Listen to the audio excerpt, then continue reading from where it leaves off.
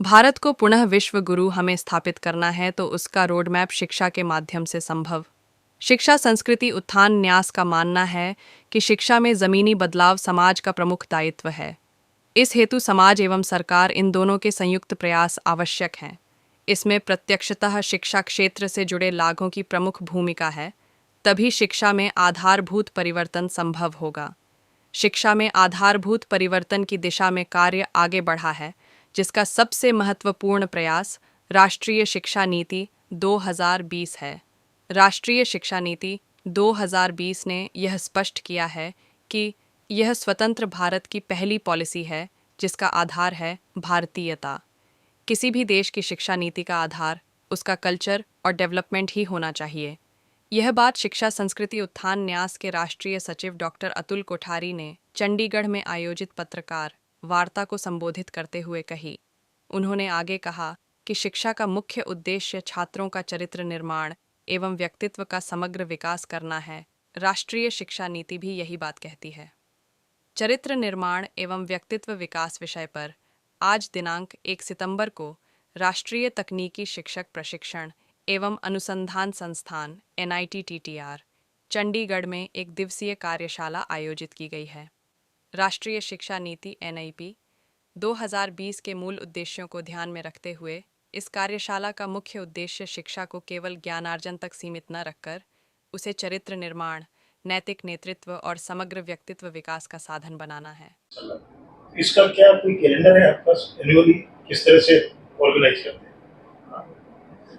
ये चरित्र निर्माण, व्यक्तित्व का समग्र विकास अर्थात character building and holistic development of students, इस विषय पर आज का एक वर्कशॉप है। ये अच्छी बात है कि राष्ट्रीय शिक्षा नीति ने भी इसको एक शिक्षा का आधारभूत लक्ष्य माना है। और जो पहले जो सारे कमीशन बने या अपने विभिन्न महापुरुषों ने जो बातें कही है या हमारे धर्म ग्रंथों में भी बात है, वो सब ने इस विषय को कहा है, अलग अलग शब्दों में कहा है। जैसे महात्मा गांधी जी ने कहा हैंड, हेड एंड हार्ट, यानी बच्चों का समग्र विकास की बात बोलता है। तो ये शिक्षा का आधारभूत लक्ष्य है। ये पहले हमारी शिक्षा व्यवस्था में था नहीं, तो अभी राष्ट्रीय शिक्षा नीति में विषय आ गया है, लेकिन हम लोग तो इस पर 2008 से काम कर रहे हैं। तो हमारा ये इसका आज समय के अभाव से और एक दिन का कार्यक्रम है, अन्यथा हम शैक्षिक संस्थानों में 3 दिन की ऐसी कार्यशाला वर्कशॉप करते हैं। तो उसमें इनका मूल आधार है 33 उपनिषद में पंचकोश की संकल्पना दी गई है। 5 कोश अर्थात अन्नमय कोश, प्राणमय कोश, मनोमय कोश, विज्ञानमय कोश और आनंदमय कोश। तो ये 5 कोशों के द्वारा व्यक्तित्व का समग्र विकास यानी शारीरिक विकास, प्राणिक विकास, मानसिक विकास, बौद्धिक विकास और आध्यात्मिक विकास, ये व्यक्तित्व के समग्र विकास का एक पूरा कॉन्सेप्ट है। तो ये 3 दिन की 4 दिन की ऐसी कार्यशाला हम करते हैं। फिर उनका ऑपरेटिव पार्ट होता है, इम्प्लीमेंट, हाउ टू इम्प्लीमेंट। और इसमें लेक्चर नहीं होते हैं, भाषण नहीं होते हैं, इंटरेक्टिव पूरा डिस्कशन, चर्चा, संवाद के माध्यम से चलता है। फिर अलग अलग कोर्सों के बारे में इसको कैसे शैक्षिक संस्थाओं में क्रियान्वित इम्प्लीमेंट करना है, उसका भी पूरा प्लान हमारा है उसके। जैसे ये पुस्तक है, ये इनके मेन कॉन्सेप्ट है, बेसिक कॉन्सेप्ट, और ये पुस्तक हायर एजुकेशन के लिए, बच्चों के लिए है। तो इसमें कॉन्सेप्ट कैसे इम्प्लीमेंट करना और अंत में अलग अलग कोर्सों के अनुसार क्या क्या करना है शैक्षिक संस्थाओं में, वो पूरा भी इसमें दिया गया है।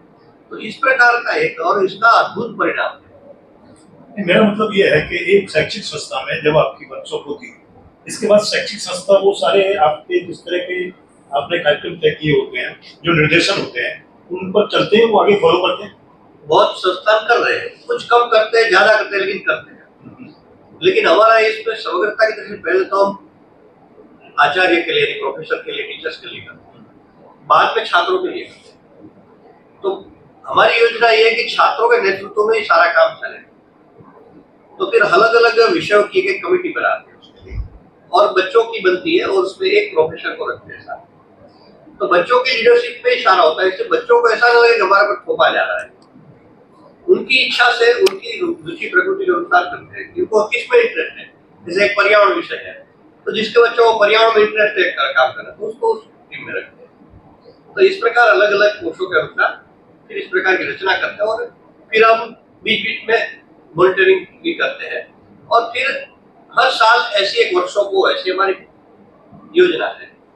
क्योंकि कई बार बच्चे तो बदलते ही रहते हैं, लेकिन टीचर्स प्रोफेसर भी बदलते रहते हैं, और न बदले तो भी रिवीजन तो बार बार होना चाहिए कि गत साल आपने कितना क्या क्या किया, उसका रिजल्ट क्या है और आगे कैसे बढ़ना है इसमें। क्योंकि इसमें मान लो कि एक 200 बातें लागू करने के लिए 200 बातें, तो सब एक साथ नहीं कर सकते, एक साल में सब नहीं हो सकता है, क्रमबद्ध होता है धीरे।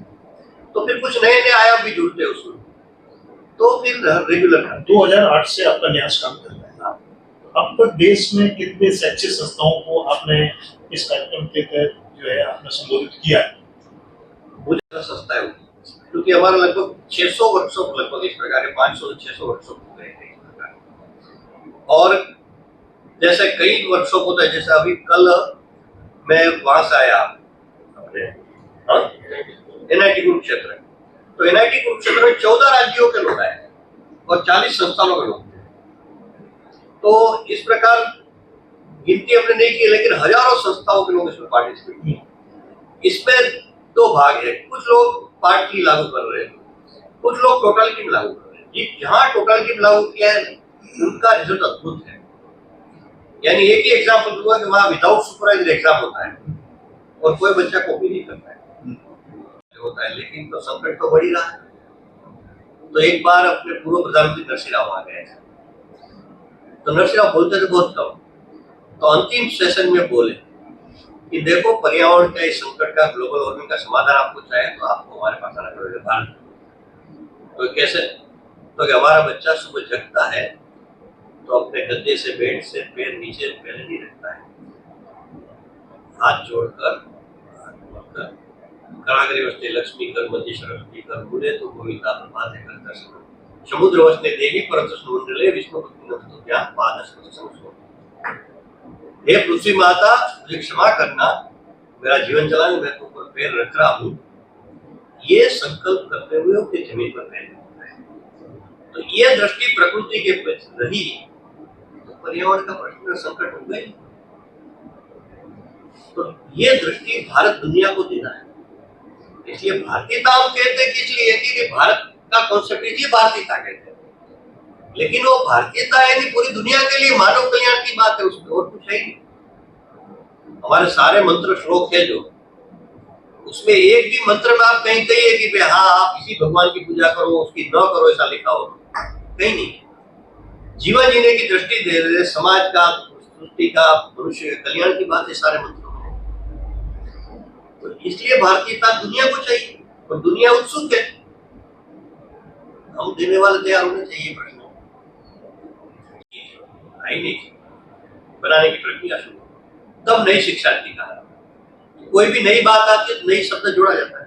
लेकिन 2020 में जब घोषित हुई तब ये राष्ट्रीय शिक्षा नीति 2020 है। राष्ट्रीय शब्द का एक अलग मतलब है।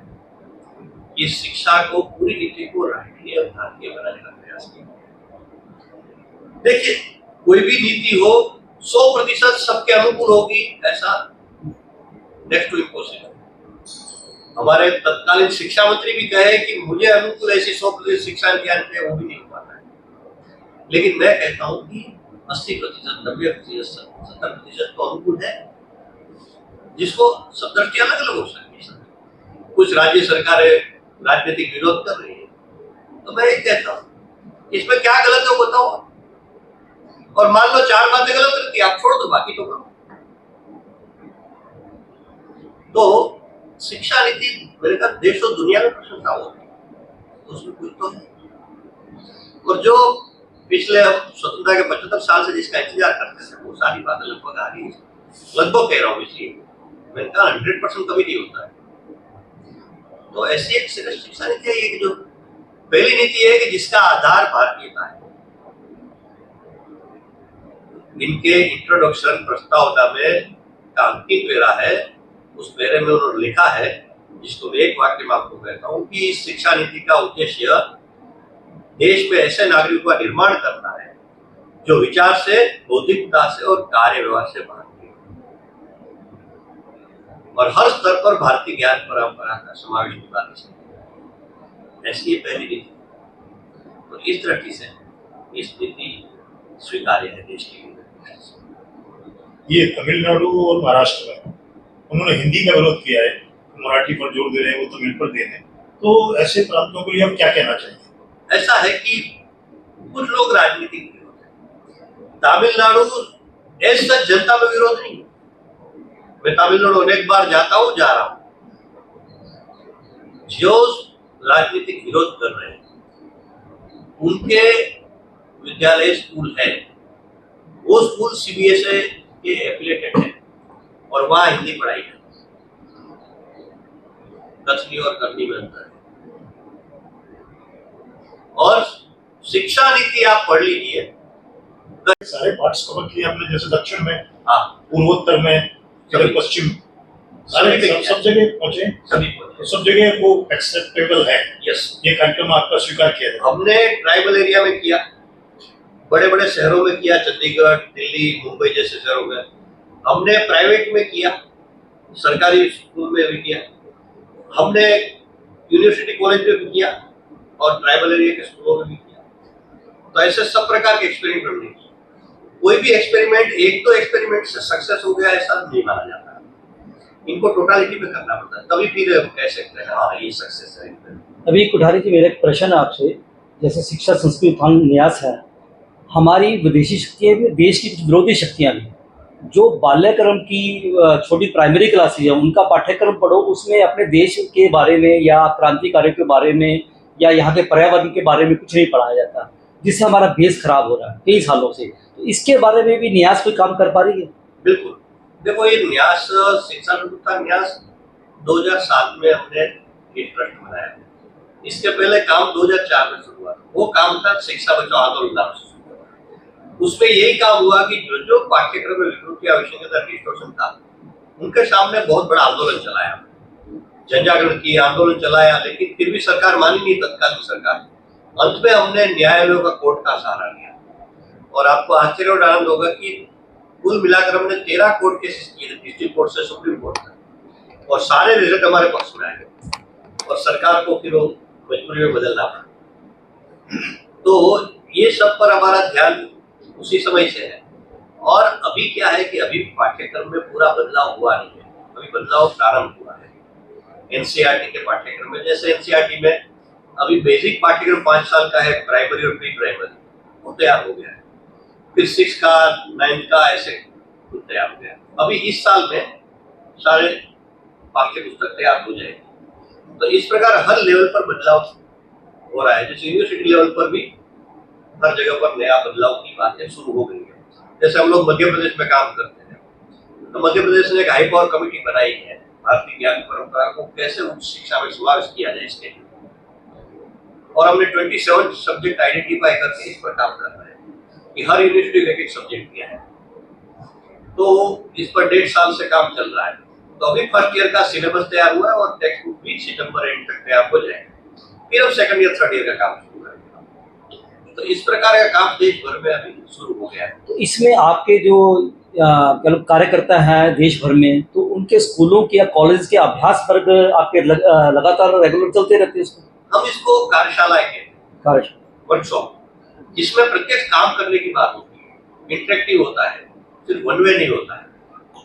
तो सिर्फ ट्रेनिंग की बात नहीं है, ट्रेनिंग एक अलग विषय है। लेकिन एजुकेशन फील्ड में जो लोग हैं, तो कई लोग अच्छे एक्सपेरिमेंट कर रहे हैं। तो ऐसे सब लोगों को अपना शेयरिंग भी होता है कि जो अच्छे काम, अच्छे प्रयोग है, उनका शेयरिंग एंड केयरिंग दोनों भी होता है। तो इस प्रकार की हम इसको कार्यशाला वर्कशॉप कहते हैं। वो देश भर में हजारों की संख्या में हो गए, चल रहे हैं। तो कार्यशाला वर्कशॉप से जैसे बच्चों को प्रोफेशनली तैयार करना, उसके लिए भी आप तैयारी करवा पाते हैं? बिल्कुल।